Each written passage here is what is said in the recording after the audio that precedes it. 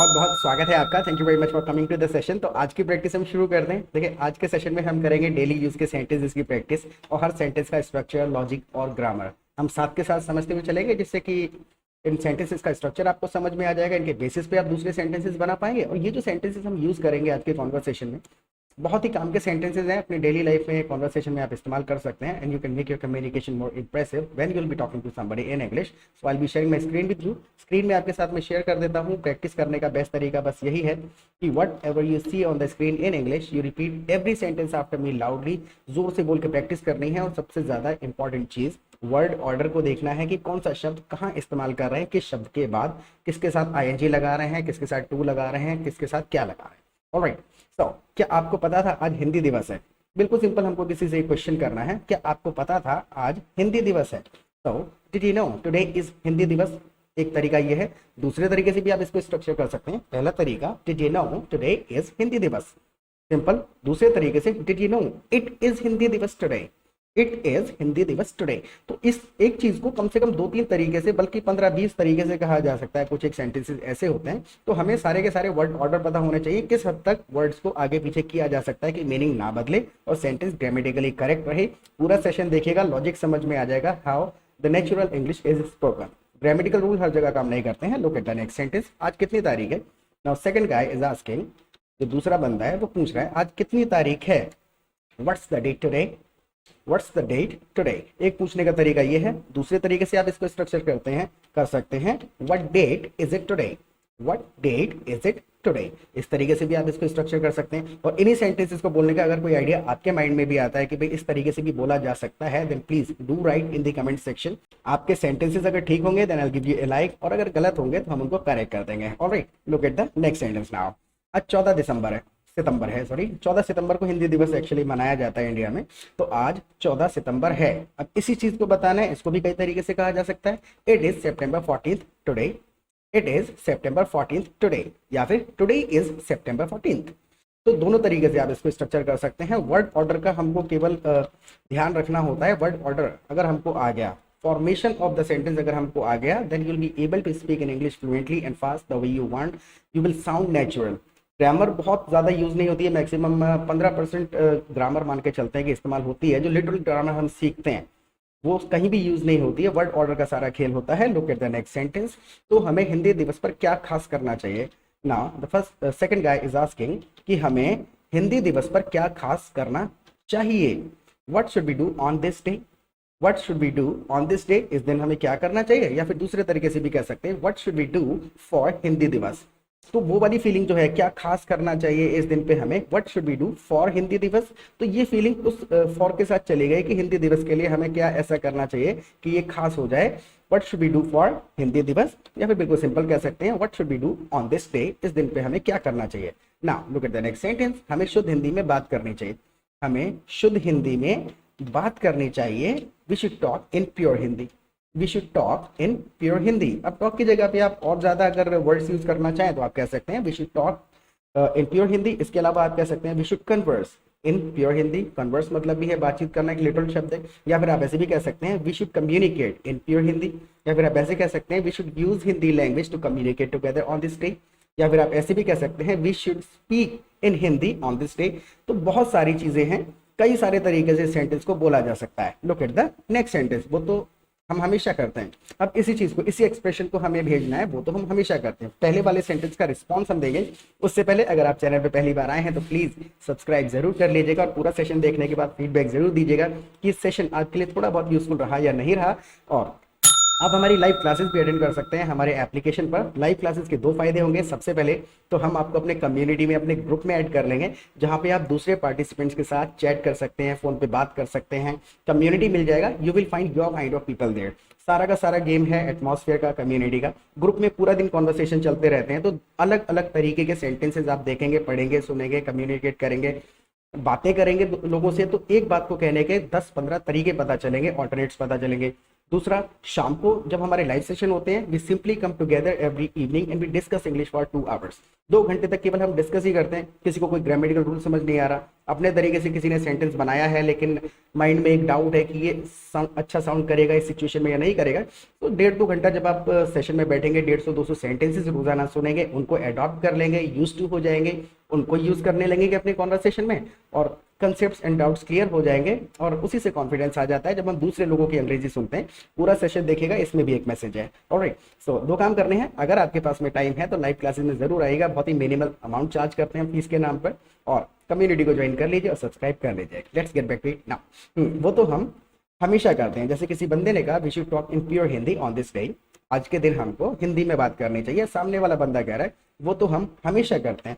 Well, we usually do that.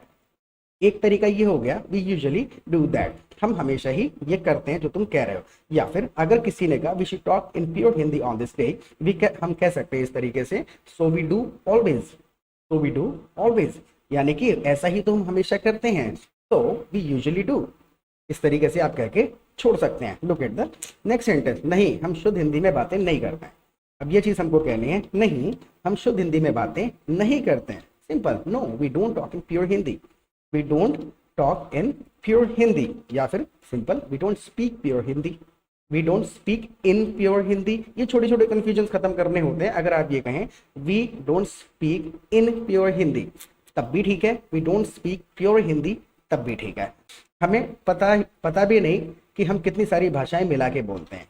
We don't speak in pure Hindi, हम हिंदी में बातें नहीं करते हैं, बोलते नहीं हिंदी में, हमें पता भी नहीं हम कितनी सारी भाषाएं मिला के बोलते हैं। We don't even realize how many languages we mix while speaking, right? We don't even realize, यानी कि पता भी नहीं चलता। जोर दे दिया हमने रियलाइज करने पे, रियलाइज तक नहीं होता है हमको। We don't even realize how many languages we mix while speaking।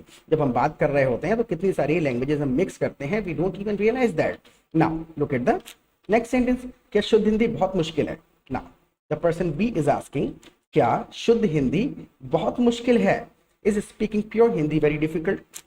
इसमें कई सारे वर्ड्स यूज कर लिए, लेकिन बिल्कुल सिंपल तरीके से भी कहा जा सकता है, is pure Hindi very difficult, तब भी बात वही रही। Now look at the next sentence, मेरे हिसाब से तो इंग्लिश से ज्यादा मुश्किल है।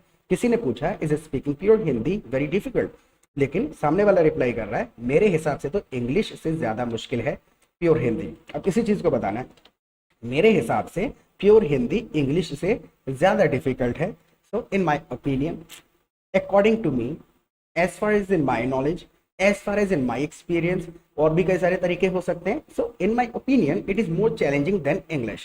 Like it is more challenging to speak in pure Hindi than English. कई सारे तरीके से आप स्ट्रक्चर कर सकते हैं। In my opinion, it is more challenging to speak pure Hindi than English. यानी कि प्योर हिंदी more challenging है इंग्लिश बोलने के मुकाबले। Now look at the next sentence। तो हम हिंदी आसानी से क्यों बोल पाते हैं?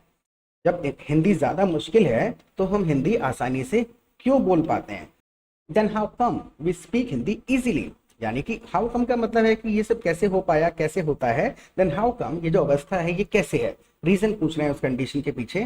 Then how come we speak Hindi very easily, इतने आसानी से हम हिंदी क्यों बोल पाते हैं जबकि इंग्लिश आसान है, हिंदी मुश्किल है। Now look at the next sentence. Now क्योंकि हमने हिंदी सुनकर सीखी है। अब इसी चीज को हमको इंग्लिश में कहना है, क्योंकि हमने हिंदी सुनकर सीखी है। We learn Hindi by listening to it. अब देखिए इसको 2 तरीके से कहा जा सकता है, ये ब्रिटिश और अमेरिकन इंग्लिश का थोड़ा सा फर्क है। लर्न ईडी भी लगा सकते हैं या टी भी लगा सकते हैं साथ में, because we learn Hindi by listening to it, यानी कि इसको सुन के हमने सीखा है। Now look at the next sentence. जबकि हम इंग्लिश पढ़ के सीखने की कोशिश करते हैं। यूजुअली होता है क्या है, जब भी एक आइडिया आता है माइंड में कि चलो अंग्रेजी सीखी जाए, तो मैक्सिमम हम बुक खरीद के लाते हैं, ग्रामेटिकल रूल्स पढ़ने लग जाते हैं और उन रूल्स को अप्लाई करके हम इंग्लिश बोलने की कोशिश करते हैं, which is not the correct way of learning और स्पीकिंग इंग्लिश। सॉल्यूशन भी आगे हम लेंगे, छोटा सा और सेशन बाकी है, सो प्लीज स्टे कनेक्टेड। जबकि हम इंग्लिश पढ़कर सीखने की कोशिश करते हैं, अब दोनों सेंटेंसेस को हमें कनेक्ट करना होगा। Whereas we try to learn English by reading, दोनों सेंटेंसेस को कनेक्ट करते हैं, because we learn Hindi by listening to it, we learn Hindi through listening. दोनों तरीके से कह सकते हैं, we learn Hindi by listening to it, whereas we try to learn English by reading. हम पढ़ के कोशिश करते हैं इंग्लिश को सीखने की, ग्रामेटिकल रूल अप्लाई करने की कोशिश करते हैं, तो वो सबसे बड़ी एक समस्या है। Now look at the next sentence, तो मैं इंग्लिश कैसे सीखूं? अब सामने वाला बंदा पूछ रहा है तो फिर इंग्लिश सीखने का बेस्ट तरीका क्या है? तो how can I learn English? अब देखिए जो सीखूं है इसके कई सारे मीनिंग हिंदी में भी हो सकते हैं, कई जगह पे इस्तेमाल होता है और अपने हिसाब से मीनिंग बदल जाता है इसका। So how can I learn English, how should I learn English, दोनों तरीके से आप कह सकते हैं। तो वर्ड्स का कभी भी मीनिंग नहीं निकालना होता है, करना क्या है हमको, कभी इंग्लिश वर्ड्स का हिंदी ट्रांसलेशन मत करो, कभी हिंदी वर्ड्स का इंग्लिश वर्ड्स का हिंदी ट्रांसलेशन मत करो। अब इसी चीज को हमको कहना है never translate English words into Hindi, never translate English words into Hindi, क्योंकि एक शब्द के कम से कम 100 से ज्यादा मीनिंग हो सकते हैं, 100 से ज्यादा जगहों पर यूज हो सकता है। मैं आपको एग्जांपल भी दूंगा आगे, तो आपको बिल्कुल क्लियर समझ में आ जाएगा कि ट्रांसलेशन क्यों नहीं करना है। Look at the last sentence. चलो मैं आपको एक एग्जांपल देता हूँ, हिंदी गड़बड़ हो गया है तो एग्जाम्पल ही नहीं है वो एग्जाम्पल है। चलो मैं आपको एक एग्जाम्पल देता हूँ। अब इसी कॉन्वर्सेशन में हमको किसी को कहना है, चलो मैं आपको एक एग्जाम्पल देता हूँ, चलो मैं आपकी मदद करता हूँ, चलो मैं आपको कुछ बताता हूँ। Let me give you an example, यानी कि let me give you an example. ऐसी जब बातचीत चल रही होती है तो भले हम लेट लगा के परमिशन ना मांग रहे हैं ना दे रहे हैं, चलो जहां भी हम इस्तेमाल करेंगे वहां पर लेट का इस्तेमाल कर लेंगे। Let me give you an example. चलो मैं आपको एक एग्जाम्पल देता हूँ। जैसे कि एक सेंटेंस है हमारे पास में, जब भी हम एक सेंटेंस यूज करते हैं, you are crazy, you are crazy, लगभग आपने कभी ना कभी सुना ही होगा। तो इसको हम ऐसी सिचुएशन में यूज करते हैं जहाँ पे हम किसी बंदे को, एक सिचुएशन ही है, उसका हिंदी ट्रांसलेशन है ही नहीं, जब हमें कोई सनकी सा नजर आ रहा है, थोड़ा सा मतलब एग्रेसिव नजर आ रहा है, तो कई सारी सिचुएशन में हम क्रेजी वर्ड का इस्तेमाल कर लेते हैं। अगर हम क्रेजी शब्द का एग्जैक्ट ट्रांसलेशन ढूंढने निकल जाएंगे तो उसी में खोके रह जाएंगे, क्योंकि 50 से ज्यादा ऑप्शन हमारे पास में आएंगे और हम उसके अंदर डीप डाइव करते चले जाएंगे। तो हमें सिचुएशन से कनेक्ट करना होता है किसी भी वर्ड को या सेंटेंस को। कोई भी ईडियम, कोई भी फ्रेज, कोई भी वर्ड सुना, सिचुएशन से कनेक्ट करें कि भाई इसको कहाँ और कौन सी सिचुएशन में कहा जा सकता है। अगर हिंदी मीनिंग ढूंढेंगे तो फिर बहुत ज्यादा कॉम्प्लिकेशन होंगे, कंफ्यूजन होंगे और बात नहीं बनने वाली है। ऑलराइट, इस सेशन को कम से कम आप 2-3 बार देखिएगा एंड प्लीज फीडबैक जरूर दीजिएगा कि इस सेशन आपके लिए थोड़ा बहुत यूजफुल था, नहीं था, कुछ हेल्प मिली या नहीं मिली। एंड प्रैक्टिस करते रहें, फिर मिलेंगे एक नए सेशन के साथ। Till then bye.